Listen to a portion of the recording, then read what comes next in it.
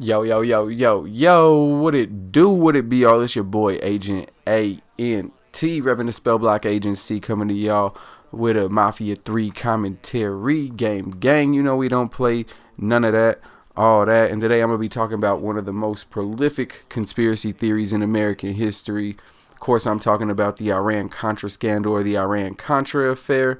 Now, this is every conspiracy theorist's wet dream. It involves drugs, murder, and of course the American government. So I'm gonna do my best. I'm gonna try to go in depth and tie everything together, because the Reagans, the Clintons, and the Bushes, they all involved one way or another. So before I get into the knowns, let's talk about the known unknowns and the unknown unknowns. So the one man that kind of ties everything and everyone together is a dude by the name of Barry Seal. Y'all might have heard of him. He got a movie after him. Tom Cruise played him, and it was a movie about smuggling and all that, but really it was like 1/10 of the actual story. So he allegedly met George Bush Sr. in the 1970s when Bush was the head of the CIA. However, there are conflicting reports about his involvement with the agency, because there are some reports that he never worked for the CIA. But according to Seal himself, he began working for a number of government agencies in the 50s when he was a member of the Civil Air Patrol in New Orleans. And then after the Civil Air Patrol, he enlisted in the Louisiana National Guard in 1962. So it's really questionable when he started working for the CIA, or if he ever even did. But one thing is really undisputed, is that Seal was one hell of a pilot. I mean, he was master pilot and a master smuggler. Dude is like Han Solo or something. Rumor has it he made the Kessel Run in 12 parsecs. Nah, I'm just playing though. But for real, he was a fire ass pilot, and he legit had his pilot's license at 17. Bro said, "Fuck a driver's license. I'm flying real life planes, bro." Shout out Waka Flocka, Slim Dunker. We hijacking planes. But before Barry Seal became Han Solo of the cocaine cowboy era, he is recorded as serving 6 years and 6 months for active duty, and then 5.5 years of inactive duty for the Louisiana National Guard from 1962 to 1973. Sounds good, right? In 1964, Barry became a flight engineer for TWA while he was enlisted, and worked his way up to being a pilot. Here's where things for Barry start to take a turn, and where the mystery of Barry Seal really starts, because in 72 he gets arrested by U.S. Customs for trying to smuggle guns and C4 to anti-Castro Cubans through Mexico. Now, I'm not the smartest man in the world, but that sounds like some kind of secret CIA mission to me, considering CIA and Castro at the time had a Tom and Jerry type relationship. The CIA just did everything they could to kill Castro, and they just couldn't.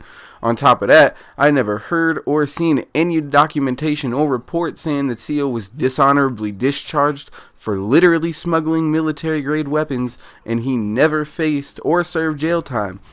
And all his charges were dismissed. Keep in mind, he got arrested for all this while he was supposedly enlisted, 72. He wasn't out of inactive duty until 73. So he was fired from TWA in 74. For that incident, and it was really just because he took medical leave while he was committing international crimes. That's the only reason why he got fired. He got off on all the charges. They were like, "Sorry, bro, we gotta fire you, bro, at least." So, and all that takes place before 1976, when George Bush Sr. became head honcho at CIA. So, like I said, he sounded like he ran a top secret mission for CIA way before Bush was, but rumor has it he was really close with George Bush Sr. Pause. But there is one thing to note, though, that while Bush Sr. was head of CIA in 76, the CIA was mostly doing espionage missions and destabilizing governments in Latin America. For example, Cuba and Nicaragua. I say Nicaragua, of course, because in 1981, Congress passed the Bolin Amendment, which specifically stated that America wasn't going to send funding or lend any help to Nicaragua, because both the reigning Sandinista government and the Contra rebels were using drug money to fund both of their causes. So we was like, why would we even get involved in basically a drug war? Well, then Reagan takes office in 1982, right? 1 year after the Bolin Amendment passes, and basically says, fuck Congress and those Spanish-speaking commies. So around 1983, Reagan and his cohorts decided that since funding or aiding the Contras was illegal, what they could do was trade guns to Iran, which was also illegal at the time because Iran had taken some Americans hostage in '79, so Jimmy Carter put a trade embargo on them. Plus, Iran had started trading guns with Russia, and Reagan wasn't having none of that shit, so he broke the embargo starting in 1981, meanwhile preaching that he didn't negotiate with terrorists and all that bullshit. So he started trading Iran guns again, and Iran released the hostages and paid around $30 million to America for the trade too. They paid us hostages and some money. So since the public had no idea this deal went down, Reagan and his boys took $16 million and gave that money to the Contras. Well, then in 1986, Reagan goes on national TV and exposes the Sandinista government for trafficking cocaine and being connected to the Medellin cartel. Dude showed pictures taken from a CIA plane rigged with cameras showing Sandinista leaders with Pablo Escobar and other high-ranking narcos. And guess who flew said plane and even owned it? You guessed it, Barry Seal. This would be the nail in Seal's coffin, unfortunately, and would make him a marked man for the cartel. Reagan exposing the Sandinistas only proved more to Congress that if the Sandinistas were using drug money to fund their government, then the Contras more than likely were too. So Congress doubled down on the Boland Amendment. Plus, a journalist named Gary Webb was trying to expose the CIA for running drugs in the inner city from the Contras, because the Contras were giving the CIA yayo and using the drug money sold in America to fund the Contras as well. And he was right. Except he committed suicide by shooting himself 2 times in the back of the head. Yeah, nothing fishy there for trying to break a story that the government was trying to cover up. Anyways, around the same time, crack cocaine just started popping up in mostly black-owned neighborhoods, and all of a sudden crack epidemics were happening in mostly black and minority populated areas. Right around the same time all this was happening. There's no evidence, though. No one ever went to trial for it, but the timing to me is just a little too perfect. You feel me? All of a sudden we start buying yayo from these Contras in Nicaragua. All of a sudden we start selling crack, and I've gave my thoughts on crack cocaine. There ain't no way to me what's more likely, somebody in the hood just discovering baking soda, a magic ingredient out of all the ingredients in their kitchen, or somebody from a government agent showing them, hey, how to whip that work. The scientist way. You feel me? But that's just me, completely off topic, I'm sorry, but like I said, timing and all that just a little too coincidental. So I'm tying this in. It doesn't have to do with the Iran Contra scandal, but like it's another conspiracy that happened around the same time, and they actually could be related, but again, there's no proof. So shit was hitting the fan, like I said, on the cartel side, because they got exposed for selling drugs to commies. And Pablo Escobar being caught in these pictures with the Sandinistas painted the cartel in a negative light to Americans. And the cartels tried to avoid American detection for as long as possible, but this incident and the 1989 plane bombing definitely got the attention of the American government in the worst ways possible. As I mentioned previously, though, the pictures and the documentary Seal gave an interview in sealed his fate. There was basically a documentary, and Seal said, yeah, I sell planes to the Contras, the Sandinistas, I sell planes. That's what I do.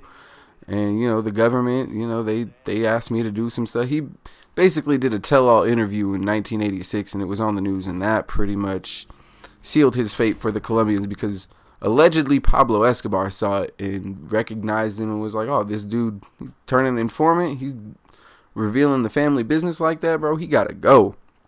So, that, like I said, it pretty much sealed his fate. And in 1986, the Han Solo of the cocaine cowboy era was gunned down in front of the Salvation Army store in Baton Rouge by Medellin hitman. The thing is, though, he literally risked his life to give the government the evidence they needed against the Sandinistas, and even got Pablo Escobar just, by accident. And then he was still sentenced to 6 months in a halfway house, and that was all the cartel needed, was him in one place so they could go kill him. I mean, he did decline the witness protection program, and that was just because, he couldn't leave his old life behind. Understandably, he was making millions, but after word was out that he was working for the DEA, it was only a matter of time. Cartel wants you dead, they want you dead, family. You don't really got a choice. Barry Seal tried to play both sides of the law, and eventually it caught up to him. And I'm sure to Reagan and the others, it was just one more loose end to tie up. According to Roger Reeves, who flew with Barry on several smuggling missions for the cartel, Barry had pictures of George and Jeb Bush with bricks of cocaine, and had several interactions with Bill Clinton when he was governor of Arkansas. And allegedly, Mena, Arkansas was just a hotbed for smugglers. It was kind of like Mos Eisley Spaceport. If you know, you know.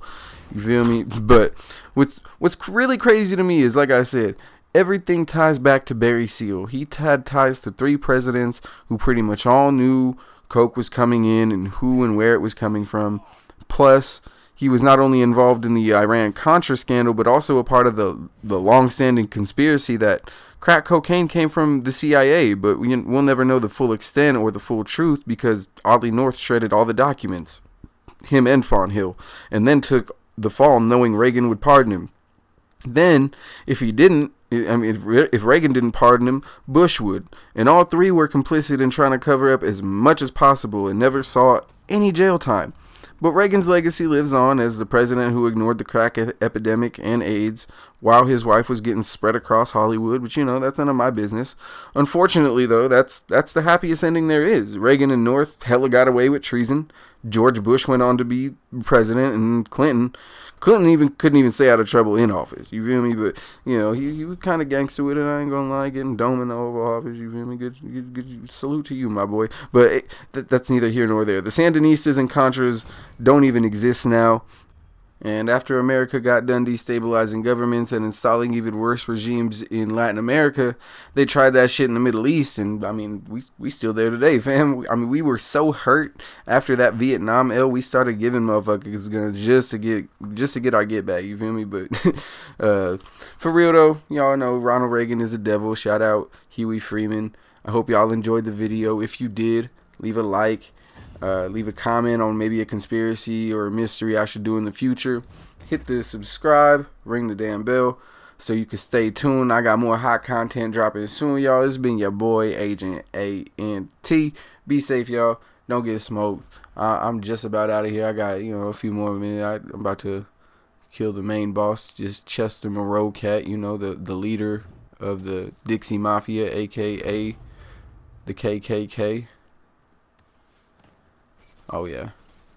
See, here we go. I tried to go around, and I saw him. God, I was like, I missed him, and he got back up coming. So I'm just like, okay, I gotta smoke you right here in this hallway.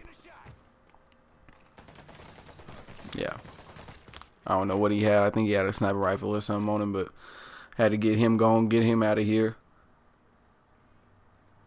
They was out here trying to sell people in the motherfucking grocery store and shit, and I'm not having that.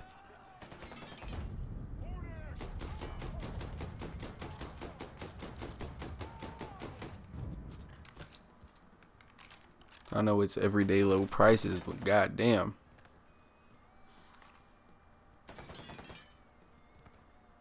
I don't know why I'm shooting that. Oh, because I spent like 5 minutes trying to jump through this window. I realized I finally couldn't, so I was like, oh, bro, gotta die. Fuck it. Anyways, y'all, hope y'all enjoyed the video. Like I said, be safe, don't get smoked, and I'm out. Peace.